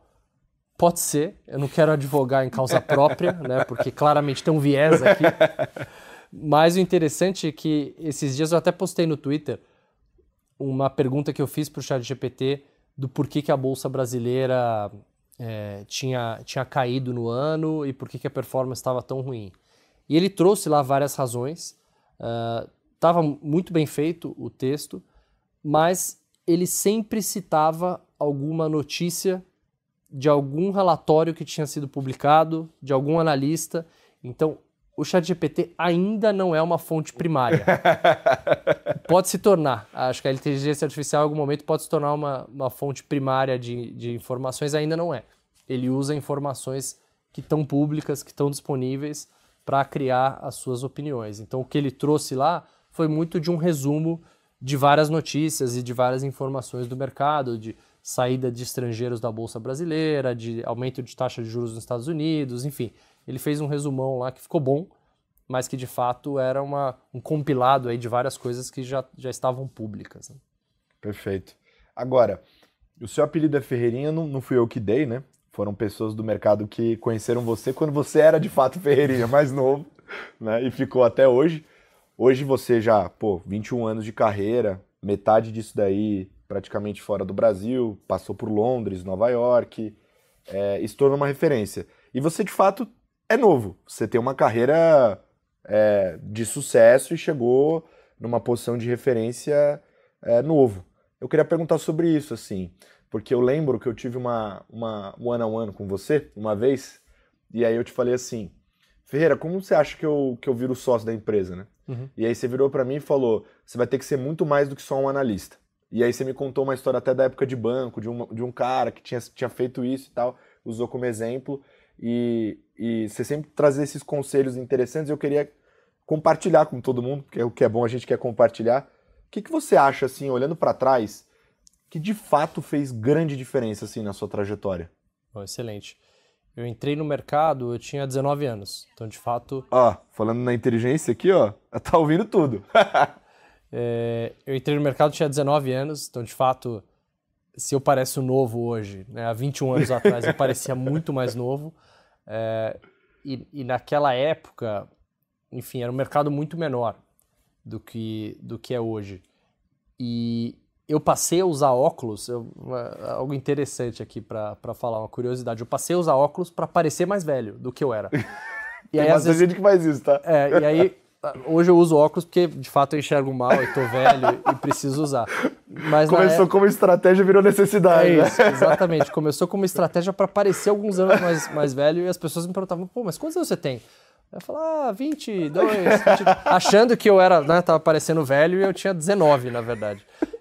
Enfim, 21 anos depois, alguns cabelos brancos depois, que eu sempre falo e que sempre fez uma diferença muito grande na minha carreira, foi ter um nível de curiosidade intelectual muito grande. O que eu quero dizer com isso? Ter uma noção ou ter uma visão de que você ainda não sabe nada. Então, de que apesar de tudo que você estudou, de tudo que você sabe sobre aquele assunto, você ter uma fome de aprender cada vez mais. Então, eu dou o exemplo aqui da empresa que eu cobri por mais tempo na minha carreira, porque eu já cobri vários setores, eu já fui analista de commodities, analista de alimentos e bebidas, fui para Londres, cobri o setor de bebidas e consumo na Europa, enfim. Mas a empresa que eu cobri por mais tempo foi a Ambev e depois a ABI, né, que é parte do mesmo grupo, né, a Anheuser-Busch, que eu cobri eles por, se eu não me engano, por mais de 10 anos, né, seguidos. E era engraçado que eu sempre tive a impressão de que quanto mais eu aprendia sobre aquele setor e sobre aquela empresa, eu tinha a sensação de que eu sabia menos e que eu precisava aprender mais e que ainda tinha muito mais para eu melhorar, tinha muito mais para eu me desenvolver. Porque eu sinto que se você está no momento da sua carreira que você acha que, eu tô bem, né? Agora eu tô tranquilo, você já tá para trás, né? Com certeza tem alguém que está muito na sua frente, que está com mais fome, que quer entregar mais e você ficou para trás. Principalmente nesse mundo que a gente vive hoje, das informações muito rápidas e de muita informação disponível, eu acho que se a gente não tiver essa fome de entregar mais, te pediram A, você entrega A mais B, de trabalhar mais do que a média, enfim, não tem muito segredo, né?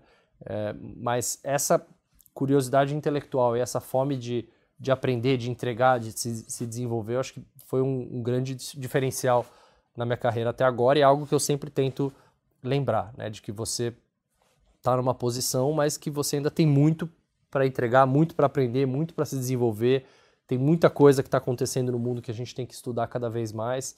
Então eu faço muita palestra em faculdade, falo com muito estudante, e eu falo para eles, olha, tem uma coisa que eu posso garantir para vocês nunca mais vão parar de estudar, e essa, né, vontade de aprender e de estudar, ela é constante. O que vai mudar é que você não vai ter a prova na segunda-feira, você não vai ter que entregar o trabalho, né? Graças a Deus eu não tenho mais esse problema da faculdade, mas que é algo, né, inerente para todo mundo. Né? Você não vai chegar um momento que você fala, não, agora eu estou dominando aqui a minha área, eu já sei tudo, eu estou tranquilo, posso descansar. Isso nunca vai chegar. Né? E para tem muita gente de faculdade, inclusive, que assiste Stock Pickers, acompanha, galera de liga, etc. Uhum. Dentro desse ambiente, tudo que a gente narrou, que está mudando muito em ferramentas, etc., qual é o conselho que você dá para a galera que está querendo seguir research mesmo? Ser analista, quer cobrir, enfim, seja no buy side ou no sell side, qual que é o conselho que você dá para essa turma, além desse que você já deu? Legal. Eu recebo muito essa pergunta também nas minhas redes sociais, né, no LinkedIn, no Instagram, a turma me perguntando o que eu deveria fazer. Algumas coisas, né? Acho que, primeiro, mostrar de fato essa curiosidade e de aprender sobre o que é o research, sobre como o analista, né, desenvolve as suas habilidades, acho que é muito bacana, porque às vezes a gente vai entrevistar um candidato para estágio que já participou de liga, já fez challenge, já fez modelo de valuation, enfim, sabe muito sobre o que é a área, versus outros que estão um pouco perdidos e não tem muita noção do que é. Então, obviamente, você sai na frente quando você mostra essa vontade de aprender e se desenvolver. Na minha época, as informações eram muito mais restritas. Para vocês terem uma ideia, eu não sabia que existia a área de research até eu entrar no mercado. Eu entrei via mesa de operações, que eu sabia o que tinha mesa, eu adorava mercado, e eu fui descobrir depois que eu entrei da área de research, eu vi que tinha muito mais o meu perfil do que ser um trader, né? Então eu vi que a mesa de operações é legal, mas não é muito para mim. Eu tenho um perfil mais analítico, e eu descobri a área de research e mudei um pouco tempo depois. Mas hoje em dia não, né? Hoje em dia você não pode usar essa desculpa de que você não sabe, assim, a informação está aí disponível, né, para todo mundo. Então, acho que esse é um ponto importante.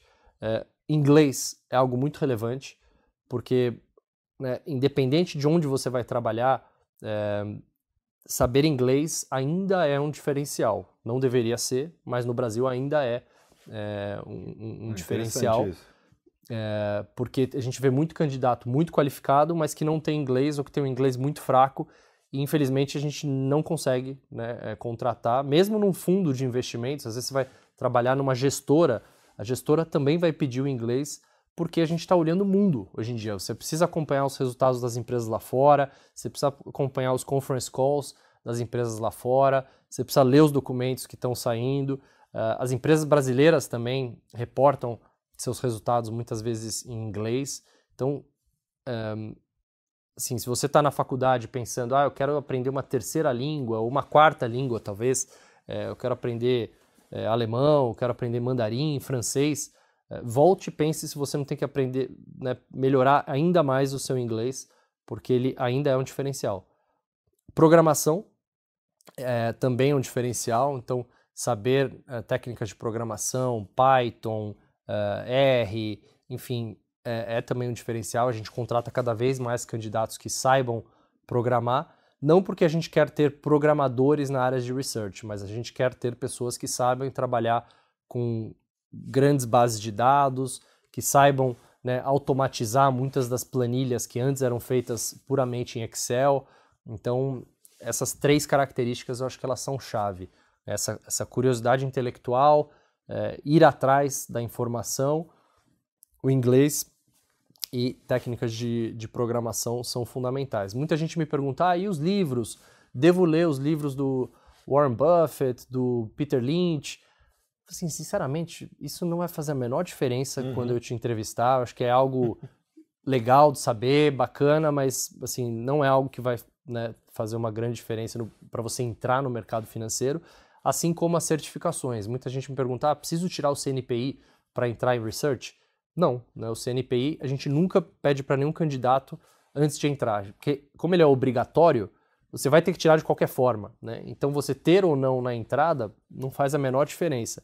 Agora, se você for atrás de um MBA, de um CFA, algo que não é requerido para a profissão, mas que é algo né, positivo de se ter, que é um adicional, isso sim é um diferencial, né? Você olhar para certificações extracurriculares ou extra-regulatórias, né, que não façam parte do mínimo necessário, isso sim também é um diferencial para quem quer seguir nessa área de research, né? Que, como você falou, não é só o research do sell side, né? Não são só as corretoras.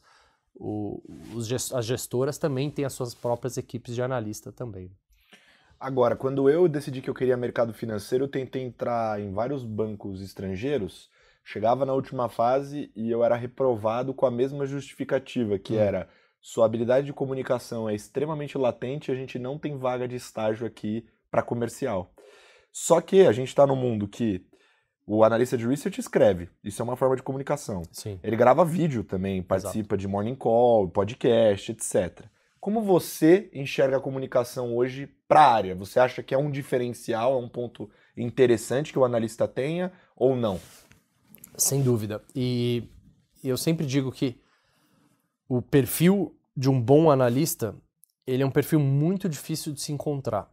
Por quê? Porque você precisa ser uma pessoa extremamente técnica e profunda nas suas análises, então ter um perfil aí mais nerd, né, de ir atrás, né, da informação de qualidade, de análise de qualidade, fazer algo diferenciado que pouca gente pensar fora da caixa, etc. Mas você também tem que ter um perfil comercial, né? Então é uma combinação bem difícil de se encontrar, porque muitas vezes você acha pessoas muito boas de um lado que não são tão boas do outro, enfim. Então o comercial ele é sim muito relevante, porque cada vez mais os analistas têm que expor as suas ideias, e volto a dizer, não só nas corretoras, porque as gestoras também estão participando de podcasts, também estão fazendo suas próprias contas de Instagram, enfim, estão participando de palestras, né? Quantos gestores não são convidados para participar de painéis hoje em dia para falar na frente de milhares de pessoas? Imagina se você é uma pessoa muito tímida que não consegue falar em público.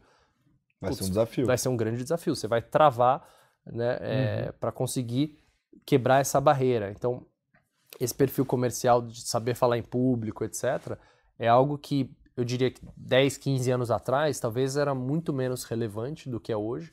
Mas hoje ele é, sim, cada vez mais relevante porque você precisa dessa combinação. Não só ter a ideia, mas saber expor as suas ideias e vender as suas ideias, né? Seja para um gestor interno, um comitê, os clientes.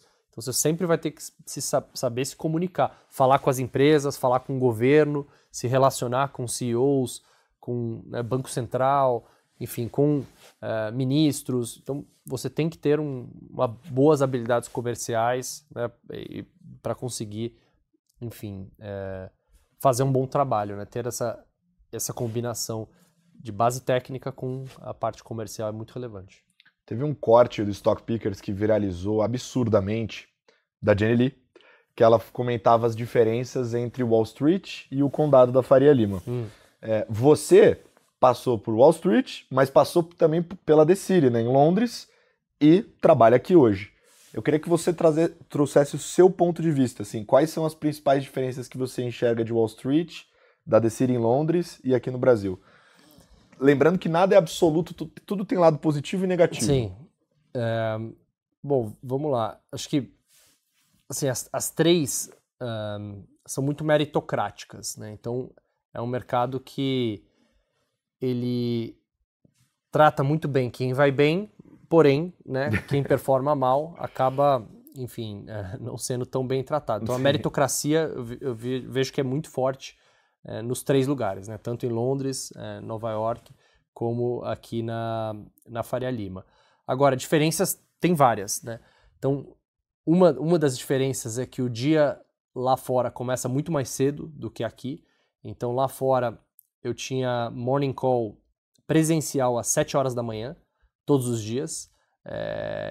E aqui, enfim, o mercado começa um pouquinho mais tarde, a gente começa às 8, morning call às 8, 8h20, algumas gestoras fazem às 9. Então eu lembro que quando eu voltei para o Brasil, que eu achei isso fantástico.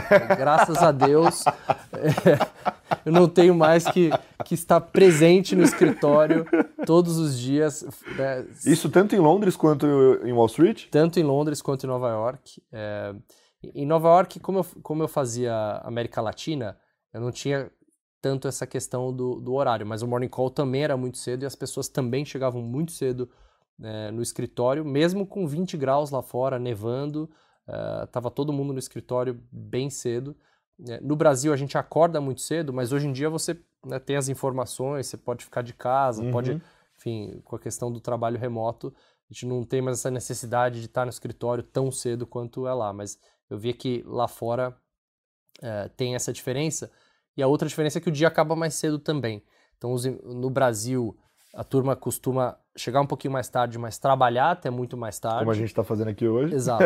Enquanto que lá fora, deu 6 horas da tarde, os escritórios estão vazios, assim. Tirando uma área ou outra, muita gente tem que pegar o trem de volta para casa, não mora perto, né, do trabalho, acaba morando mais distante e precisa estar em casa num certo horário. Então, você ter uma produtividade durante o dia de trabalho que é diferente, eu diria que até maior do que no Brasil. Então tem muito pouco espaço para aquela conversinha de corredor. Almoço na mesa. Vamos tomar um café e bater um papo. Não, as conversas são muito mais afiadas, né? Afiadas, que a gente fala em inglês, straight to the point, né? Então, não tem esse negócio de ficar quebrando gelo. Zero. Oi? Isso. Já fala o assunto, já vai direto pro ponto. Então isso assusta um pouco. Quem vem da nossa cultura, né? Exato, que está acostumado, né? Você falar 15 primeiros minutos de reunião sobre amenidades, né? Para depois entrar no assunto. Lá fora não existe isso. Então, como você falou, almoça na mesa, almoço fora é só quando tem cliente, e mesmo assim os almoços são de 1 hora contado, né? Não tem aquele almoço tão longo. Então, a questão da produtividade, ela é diferente. Então, quando você está no escritório, a produtividade ela é muito maior. Porém, eu acho que tem vantagem sim desse nosso modelo, né? Porque você acaba conhecendo mais as pessoas, ficando mais próximo das pessoas. Enfim, o estresse no trabalho eu vejo que no Brasil é um pouco menor do que lá fora, porque lá fora, se tá todo mundo tão focado e as conversas são tão ríspidas assim, é um ambiente mais desafiador do que no Brasil, sem dúvida nenhuma. Das 2 vezes que eu fui lá para fora, tanto para Nova York quanto para Londres, foi um desafio me adaptar, porque eu via que, assim, às vezes as pessoas não davam nem bom dia, assim, enquanto aqui no Brasil, né, é um outro ambiente. Então isso foi uma grande adaptação que eu tive que fazer.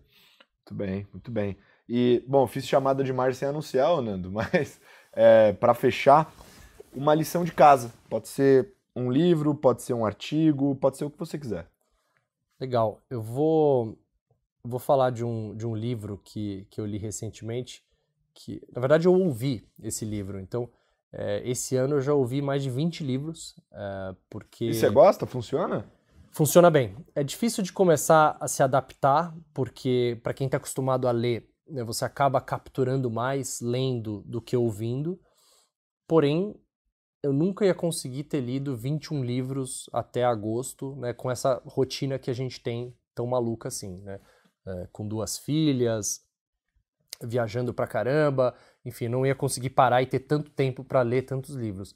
E ouvindo, você consegue ouvir, eu ouço, né, na velocidade 1,5, 1,75, e eu vou ouvindo em todos os lugares, né? Vou com meu fone de ouvido, ouço no carro, ouço na academia, enfim, então é algo que eu recomendo bastante para quem, né, consegue se adaptar, mas para mim funcionou bem.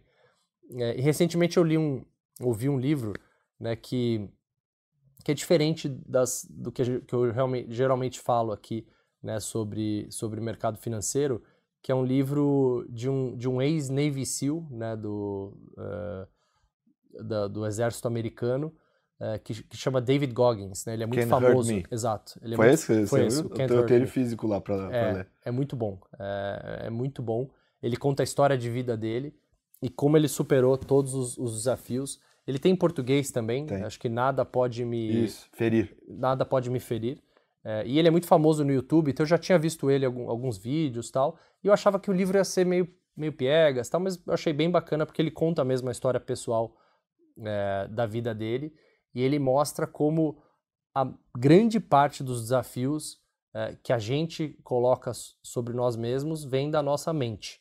E ele mostra como ele conseguiu vencer as barreiras que sua própria mente coloca em você.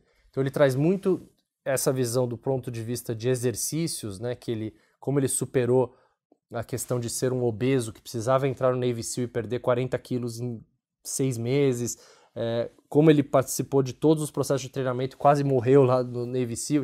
Ele mostra tudo isso, esse desafio, e ele fala que a nossa mente coloca uma barreira, né, pra gente que fala não dá mais. 40%, né? Quando chega ali você ainda tem muito ainda gás, né, pela frente. Eu achei bem legal isso porque você consegue aplicar em outras partes da sua vida, né? Não é só na questão do exercício físico, né, mas muito das barreiras que a gente coloca sobre nós mesmos é puramente mental, né? Então conseguir quebrar essa barreira mental é algo bem legal. Então eu gostei desse livro, achei bem diferente.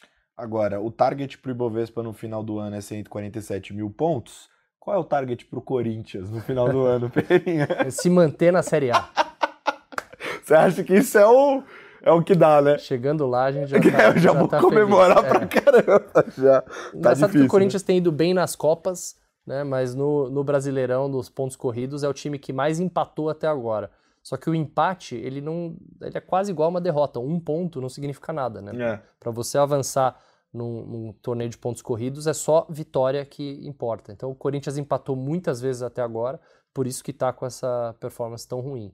Vamos ver se a gente consegue alterar aí essa tendência até o final do campeonato.